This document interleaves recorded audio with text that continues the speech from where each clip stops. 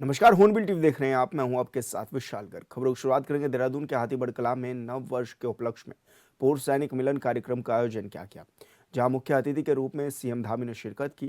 इस दौरान उन्होंने कार्यक्रम को संबोधित करते हुए कहा है कि पीएम मोदी के नेतृत्व में देश हर क्षेत्र में आगे बढ़ रहा है। प्रधानमंत्री ने हर एक भारतवासी के मन में विश्वास भरने का भी काम किया है। भारतवासी अब किसी भी फील्ड में कम नहीं है। आगे उन्होंने कहा है कि आज हमारी गिनती दुनिया के सबसे प्रमुख देशों में होती है। भारत विश्व की चौथी सबसे बड़ी अर्थव्यवस्था बन गई है। रक्षा उपकरणों के लिए पहले हम विदेशों पर निर्भर थे, लेकिन आज समय बदल गया है। आज हम रक्षा उपकरणों के बड़े निर्यातक देशों में भी शामिल हो गए हैं। बनाया तो मैंने देखा वहाँ की जो वीर नारियां हैं, अन्य जो वहाँ के लोग हैं, बहुत शानदार काम कर रहे हैं। इतने अच्छे अच्छे कपड़े बना रहे हैं। 5,000 6,000 का अच्छा कोट मिल रहा है। बहुत अच्छा, मतलब बहुत डिमांड है। मैंने भी एक खरीदा वहां से। उस दिन मैंने पहना, बड़ा गर्म भी होता है। तो बहुत शानदार काम आज महिलाएं कर रही हैं, हमारे लोग कर रहे हैं। लेकिन दुर्भाग्य क्या होता है कि आज ये ऐसी पार्टियां हैं, ऐसे दल हैं। सैनिक हमारे इतने पराक्रमी हैं, उनके परिवार इतने अनुशासन से काम करते हैं, इतनी जीवटता से काम करते हैं। अपने बच्चों को पीछे छोड़ के सेना युद्ध के मैदान में जाती है, सोचती नहीं कि आगे क्या होगा, पीछे क्या होगा। केवल देश पहले होता है उनके लिए। और देश की सेना जब सर्जिकल स्ट्राइक करती है, ऑपरेशन सिंदूर चलाकर उन दुश्मनों के आतंकवादी अड्डों को नष्ट कर देती है, नेस्तनाबूद कर देती है, लेकिन कुछ लोग उन पर भी प्रश्न चिन्ह खड़ा करते हैं, सबूत मांगते हैं, सेना से सबूत मांगते हैं। हमारा विरोध करिए, कोई बात नहीं। आप मोदी जी का भी विरोध कर रहे हैं, पार्टी का भी विरोध कर रहे हैं, वो बात समझ में आती है। लेकिन ये विरोध करते करते सेना का भी विरोध करने लगते हैं, देश का भी विरोध करने लगते हैं, दुनिया के दूसरे मंचों पर जाकर भारत की कमियां गिनाने लगते हैं। देश प्रथम होता है, दल बहुत बाद में होता है, संगठन बहुत बाद में होता है। देश प्रथम कहते हैं, संगठन दूसरे नंबर पर, दल दूसरे नंबर पर, और व्यक्ति अंतिम स्थान पर होता है। व्यक्ति का हित सबसे अंतिम स्थान पर होता है। लेकिन यहाँ सब चीजें छोड़कर संगठन पहले, दल पहले, मैं पहले, देश जाए कहीं भी, इस प्रकार की भावना है। तो ये मंच नहीं है बोलने का, लेकिन मुझे लगता था कि मेरे मन में वैसे विचार आ गया। मुझे तो था ही नहीं कि यहाँ पर मुझे कुछ बोलना है। मैं तो आप लोगों का आज आशीर्वाद देने के लिए, आप सबको शुभकामनाएं देने के लिए आया। तो मैं बहुत आप सबका आभार व्यक्त करता हूँ, इतनी बड़ी संख्या में आप आए हैं, और आपके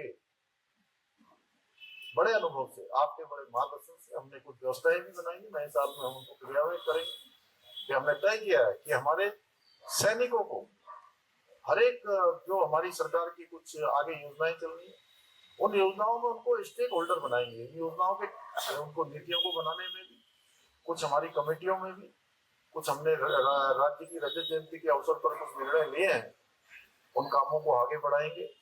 और उत्तराखंड हमारा हिंदुस्तान का श्रेष्ठ राज्य बने, आप सबके आशीर्वाद से। वर्ष 2025 में हमको अनेक उपलब्धियां प्राप्त हुई। जैसे हमने 2025 में हमारा राज्य देश का पहला ऐसा राज्य बना जहां पर रहने वाले राज्य के सभी लोगों के लिए एक समान कानून लागू हो गया। ये गौरव उत्तराखंड के लोगों को प्राप्त हो गया, देवभूमि के लोगों को प्राप्त हो गया। इसी प्रकार से हमने नेशनल गेम्स का आयोजन किया। इस पर हमने एसडीजी इंडेक्स में, सस्टेनेबल डेवलपमेंट गोल्स में देश में पहला स्थान प्राप्त किया। नीति आयोग भारत सरकार को हमने फाइनेंशियल मैनेजमेंट अच्छा करने वाले राज्यों की सूची में, उसमें भी हमारा राज्य पहले दूसरे नंबर पर है। Ease of doing, ease of living business में भी हमारा राज्य बहुत अग्रणी राज्यों की सूची में है।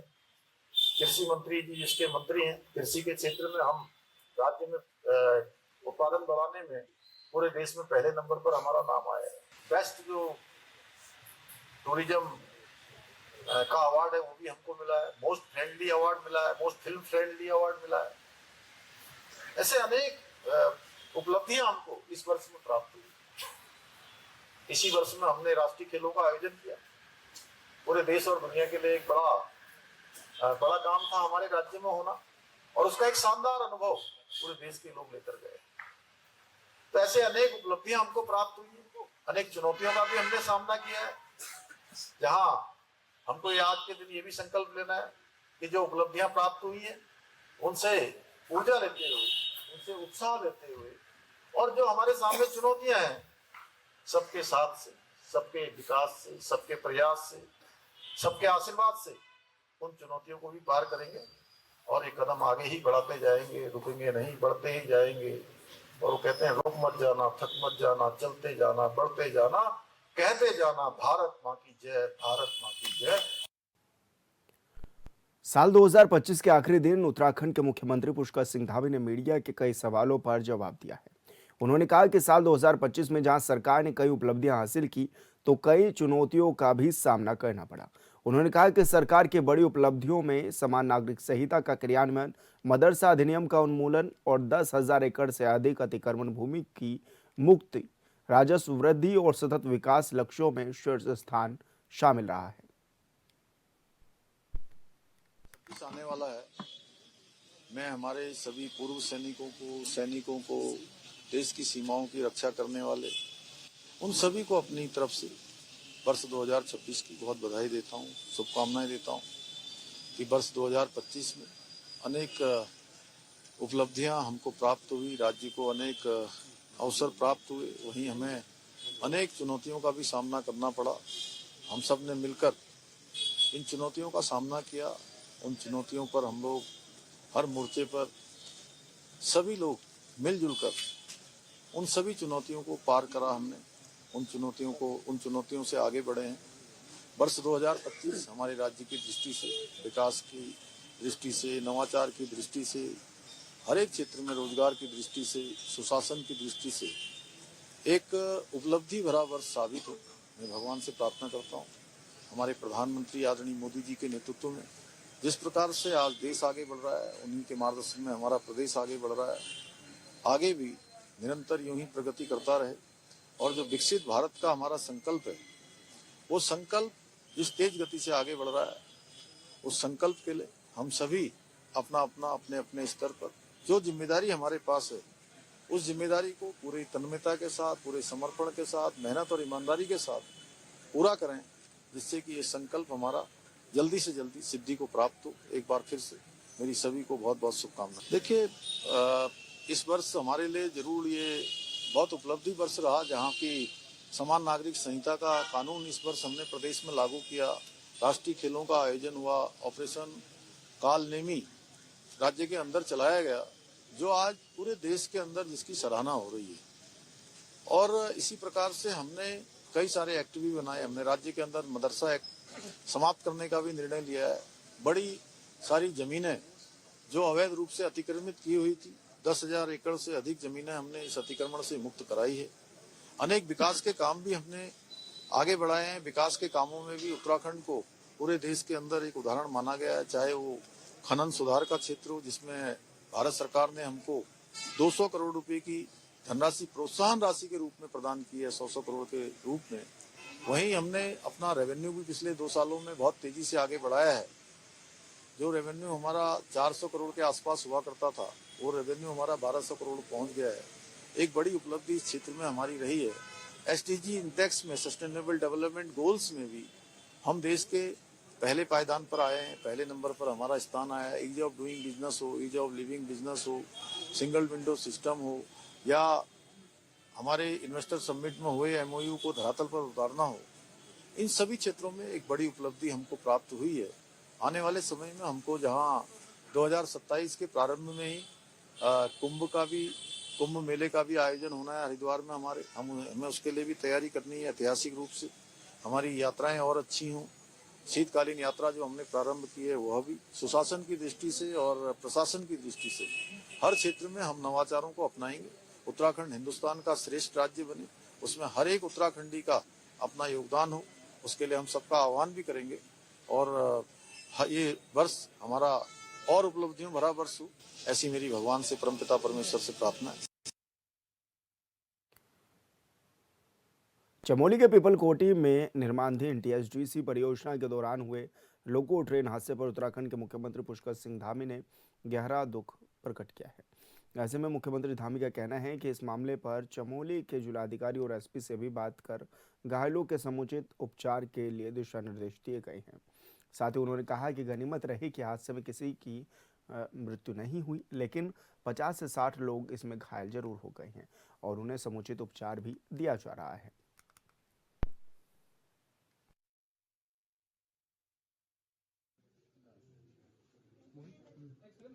क्षेत्र के पीपलकोटी के आसपास का जो क्षेत्र है वहाँ पर टीएचडीसी का एक प्रोजेक्ट चल रहा है। वहाँ पर आपस में कुछ क्रेनों में काम करते समय ये घटना घटी है, लेकिन कोई ऐसी हानि नहीं हुई है।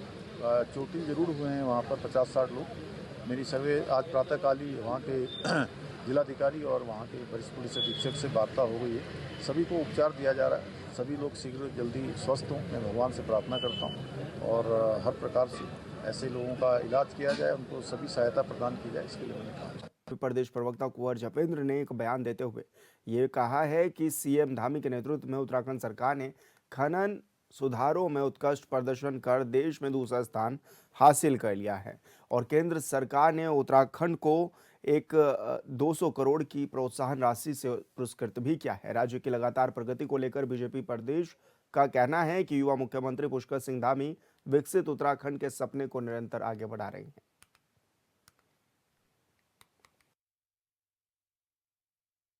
उत्तराखंड की भारतीय जनता पार्टी की सरकार व युवा मुख्यमंत्री ने विकसित उत्तराखंड का जो स्वप्न हमारे मुख्य सेवक माननीय प्रधानमंत्री जी ने देखा है, उसे बढ़ाने का निरंतर काम करते हुए नजर आ रहे हैं। जो राजस्व पहले कांग्रेस की सरकारों के समय कांग्रेस की सरकारों के और कांग्रेस के नेताओं के व्यक्तिगत आमदन का साधन हुआ करता था, उस खनन को प्रदेशवासियों के लिए एक बड़े राजस्व में तब्दील करके माननीय मुख्यमंत्री जी ने ये साबित कर दिया है कि अगर प्रदेश हित की राजनीति हो, प्रदेश को विकसित राज्य बनाने की राजनीति करनी हो तो कैसे की जाती है। उत्तराखंड को देश के अग्रणीय राज्यों में शुमार करने की दृष्टि से राज्य के राजस्व का और राज्य में रोजगार सर्जन एक महत्वपूर्ण पायदान है। और जब माननीय मुख्यमंत्री जी ने 2021 में कार्यकाल संभाला था तो 20,000 के लगभग यहाँ सरकारी रोजगार उपलब्ध था। इतने हजारों हजार लोगों को रोजगार देकर और भविष्य में भी उत्तराखंड के आने वाले 25 वर्षों का रोड मैप तैयार करके जिस गति से कार्य हो रहा है तो वो निश्चित तौर पर प्रशंसनीय है। साल के आखिरी दिन हरिद्वार स्थित मनसा देवी मंदिर में आस्था का सैलाब उमड़ पड़ा है।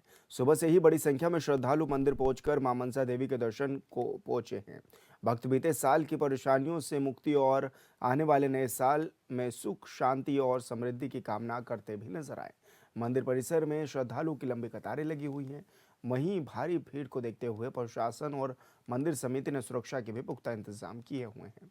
पुलिस बल की तैनाती के साथ व्यवस्थाओं पर भी लगाम लगातार नजर आ रही है।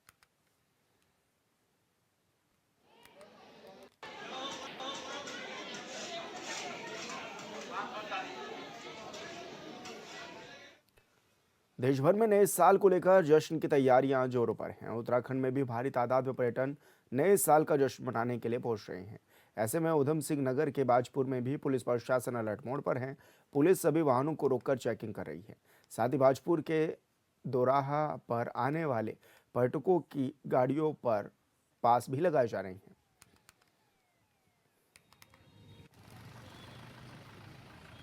इसमें जो नया वर्ष है इसके लिए बाजपुर पुलिस ने पूरी तैयारी कर रखी है। इसमें सबसे पहले जो हमारा मेन एम है वो है ट्रैफिक व्यवस्था को सुचारू रूप से संचालित करना, क्योंकि जो बाजपुर से जो ट्रैफिक आ रहा है वो हल्द्वानी के लिए भी जाएगा। बाबा नीम करोली के दर्शन के लिए जो श्रद्धालु आते हैं वो हो गए, नैनीताल के लिए हो गए और रामनगर के लिए हो गए। इसलिए हमारा एक पूरा ध्येय है कि जो ट्रैफिक है वो सुचारू रहे और जो आदमी आ रहा है उसे सुगम ट्रैफिक व्यवस्था मिले। इसके लिए हमने दोराहे पे पर्याप्त पुलिस बल लगाया है। इसके साथ साथ जो रामनगर जाने वाला रोड है उस पर वन्ना खेड़ा और बरहनी में भी पुलिस लगातार मुस्तैद है और चेकिंग कर रही है। इसके साथ साथ वरिष्ठ पुलिस अधीक्षक महोदय ने भी चेकिंग के आदेश दिए हैं। जिसमें आज लगभग हर जगह चेकिंग चल रही है। शाम के समय पर ऐसे व्यक्ति जो शराब पी के हुड़दंग मचाते हैं उनके खिलाफ भी उचित कार्रवाई की जाएगी। शराब पीकर वाहन चलाने वाले व्यक्तियों के खिलाफ भी एमवी एक्ट के अंतर्गत कार्रवाई की जाएगी। ऐसे होटल ढाबा जिनमें कोई व्यक्ति शराब पी के हुड़दंग कर रहे हैं या कोई व्यक्ति शराब परोस रहे हैं उनके खिलाफ भी उचित कार्रवाई की जाएगी। जिस तरह सर दोराई पे मैंने देखा है कि कुछ पास वगैरह लगा रहे हैं रामनगर नैनीताल, क्या है वो, क्या पूरा मामला है? इसमें जो ये है ये संयुक्त कार्रवाई है जो इसमें जो उधम सिंह नगर पुलिस और नैनीताल पुलिस द्वारा की जा रही है। इसमें पास लगाए जा रहे हैं जिससे ये आइडेंटिफाई की जा सके कि जो गाड़ी है जो ट्रैफिक आ रहा है वो नैनीताल जाएगा या नीम करौली के दर्शन करने के लिए जाएंगे या फिर रामनगर जाएगा। उस हिसाब से अलग अलग पास बनाए जा रहे हैं और अलग अलग पास गाड़ी पे चस्पा किए जा रहे हैं जिससे आगे चल के जो ट्रैफिक व्यवस्था है वो सुगम और सुचारू रूप से संचालित की। नए वर्ष से पहले हरिद्वार पुलिस ने ईमानदारी की मिसाल पेश की है। दरअसल सिडकुल पुलिस ने ऑपरेशन रिकवरी के तहत 138 लोगों के खोए और चोरी हुए मोबाइल फोन बरामद कर उन्हें उनके असली मालिकों को सौंपा है, जिससे नए साल की शुरुआत से पहले ही सैकड़ों चेहरों पर मुस्कान भी लौट आई है। बता दें कि नगर कोतवाली क्षेत्र से 10 और थाना सिडकुल क्षेत्र से 128 मोबाइल फोन गुम और चोरी हो गए थे, जिनकी अनुमानित कीमत करीब 50 लाख रुपए बताई जा रही थी।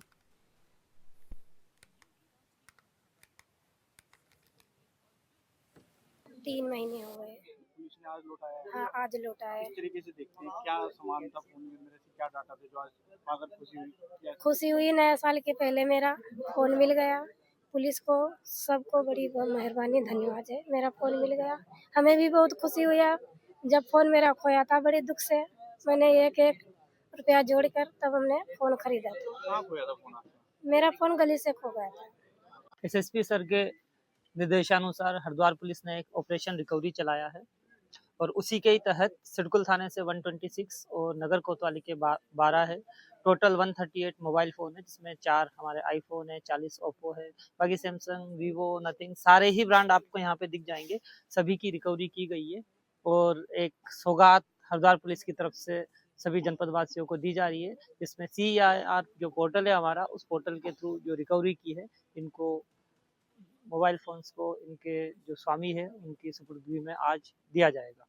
आप देखते आ रहे हैं समय समय पे ये अभियान चलाया जाता है और समय समय पे सुपुर्दगी में दिए भी जाते हैं। जैसे आपने कुछ महीनों पहले देखा था, हमारे IG गढ़वाल सर थे, वो भी आए थे, उन्होंने भी जो जितने भी मोबाइल थे रिकवरी की थी उन सबको उनके स्वामियों के सुपुर्दगी में दिया था। ऐसे ही बीच में हमारे SSP सर है, उन्होंने भी किया था और लगातार हम ये करते जाते हैं ताकि, क्योंकि मोबाइल हमारे आज की लाइफ में एक बहुत ही इम्पोर्टेंट पार्ट है और हम चाहते हैं कि अगर किसी का गलती से कहीं खो जाता है, कहीं चोरी हो जाता है, कुछ भी होता है तो उसको वापस कड़ी मेहनत के बाद वापस दिया जाता है और ढूंढते हैं।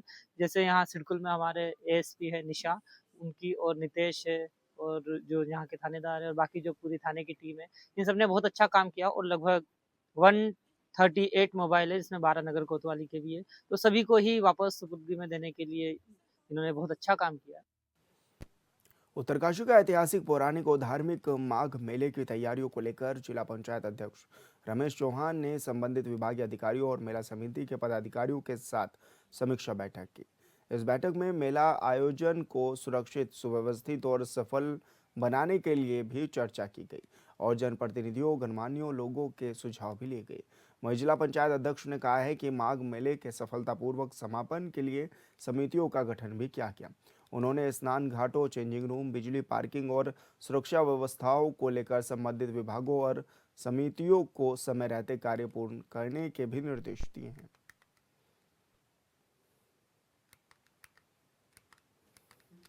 मेला 2026 को लेकर के संपूर्ण जनपद वासियों में और जिला पंचायत में बड़ा उत्साह है। हमने ये द्वितीय बैठक आज संपन्न की है। इसमें अधिकारियों के साथ और बोर्ड के साथ सभी जितने हमारे इसके एक्सपर्ट हैं उनको बुला करके हमने उनके साथ समीक्षा की है, विस्तृत रूप से चर्चा की है और सभी का ये प्रयास है कि माघ मेले को बहुत वृहद रूप देते हुए, इस ऐतिहासिक और पौराणिक मेले को इसकी पहचान दिलाते हुए इसको बहुत अच्छे प्रकार से संपन्न करने के लिए हमने विभिन्न प्रकार की समितियों का गठन किया है। देव डोलियों का आगमन होगा और इस अवसर पर प्रदेश के मुख्यमंत्री, अनेकों वरिष्ठ VVIPs यहाँ पर आमंत्रित किए जाएंगे और यहाँ की संस्कृति का दर्शन संपूर्ण प्रदेश और देश को कराया जाएगा। ये माँ गंगा और यमुना की भूमि है और ये जो हमारे थौलू हैं, मेले हैं, ये हमारी पौराणिक संस्कृति के अंग हैं। ये हमारे पास विरासत के रूप में प्राप्त हैं। इनको हम बहुत अच्छे प्रकार से संवर्धन करते हुए अपनी नई पीढ़ी को भी संस्कृति का हस्तांतरण करने के रूप में लेने को देखते हैं। जिला पंचायत अध्यक्ष जी के सानिध्य में आज ये जो है माघ मेले के सुझाव के संबंध में ये दूसरी बैठक का आयोजन किया गया और इसमें सभी जनप्रतिनिधियों ने अपना अपना सुझाव रखा है और मेरे द्वारा जो है माननीय अध्यक्ष जी और सभी टीम को एक सुझाव रखा गया है कि यहाँ पे हमारे वाटर स्पोर्ट्स की अपार संभावनाएं हैं। वाटर स्पोर्ट्स हो गया, हमारा पैराग्लाइडिंग हो गया। यहाँ पे अगर हम इस प्रकार के अगर कार्यक्रम करवाते हैं तो जो हमारे जो युवा हैं उनके अंदर एक नया एक उत्साह होगा और जो आने वाला जो समय है वाटर स्पोर्ट्स का है और ये जो है ज़रूर हमारे जो है उत्तरकाशी मेले में आकर्षण का रूप तो बनेगा ही बनेगा और ये जो है आने वाले समय में स्वरोजगार का भी एक साधन बनेगा ताकि जो ये पलायन है इससे इस पर ज़रूर असर पड़ेगा क्योंकि लोग जो है इन सब चीज़ों को सीखेंगे। आने वाले समय में वाटर स्पोर्ट्स में और कंपटीशन में जो पार्टिसिपेट करेंगे तो मुझे लगता है कि ये बहुत इंटरेस्टिंग होगा और माननीय अध्यक्ष जी ने बड़े सीरियसली जो है इस सुझाव को। विकासनगर में जन संघर्ष मोर्चा अध्यक्ष और GMVN के पूर्व उपाध्यक्ष रघुनाथ सिंह नेगी के नेतृत्व में कार्यकर्ताओं ने तहसील में प्रदर्शन किया। इस दौरान उन्होंने मुख्यमंत्री के नाम ज्ञापन उप जिलाधिकारी को सौंपा जिसमें उन्होंने आरोप लगाया है कि गोल्डन कार्ड की भारी विसंगतियों के चलते सूचीबद्ध अस्पताल कैशलेस इलाज से इनकार कर रहे हैं। कार्मिक और पेंशनर्स इलाज के लिए दर भटक रहे हैं। उन्होंने कहा कि अस्पतालों में लूट खसोट, जरूरतमंद मरीजों को इलाज न मिलना, गर्भवती महिलाओं की मौत, स्टाफ की कमी और दुर्गम क्षेत्रों में डॉक्टरों की गैर मौजूदगी जैसी गंभीर अव्यवस्थाएं बढ़ती जा रही हैं।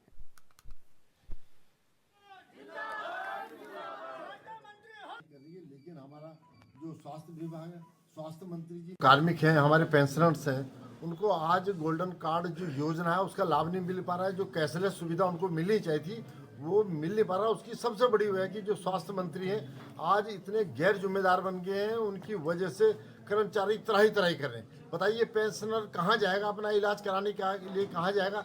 इतनी पैसों की व्यवस्था एकदम तो नहीं हो सकती किसी पे। तो आज जो हमारे कार्मिक हैं कहीं उधार लेकर के अपने यार दोस्तों से, अपने रिश्तेदारों से, कहीं कोई तो ऐसे भी हैं जो कर्ज पे उधार लेकर के, ब्याज पे उधार लेकर के अपना इलाज करा रहे हैं। आज सरकार के जो मंत्री हैं वो इतने गैर जिम्मेदार कैसे हो गए? और उसके साथ साथ जो स्वास्थ्य विभाग है, आप देखते हैं स्वास्थ्य मंत्री की लापरवाही की वजह से, उनके गैर जिम्मेदाराना कृत्य की वजह से आज जो जनता है, आम जनता, चाहे हम आयुष्मान के OPD पेशेंट की बात करें, उनको आपातकालीन स्थिति में ICU वेंटिलेटर नहीं मिल पा रहे। आयुष्मान के तहत लूट है। आयुष्मान में तरह तरह के जो है चार्जेज अलग से मरीजों से लिए जा रहे हैं। और अभी आपने देखा कई दिनों पहले अगर हम इस बात का आंकड़ा रखें तो मौतों में की संख्या में भी बहुत बड़ा इजाफा हुआ है। लोगों को दर दर की ठोकर खानी पड़ी। और फिलहाल इस बुलेटिन में इतना ही। आप देखते रहिए हॉर्नबिल TV। नमस्कार।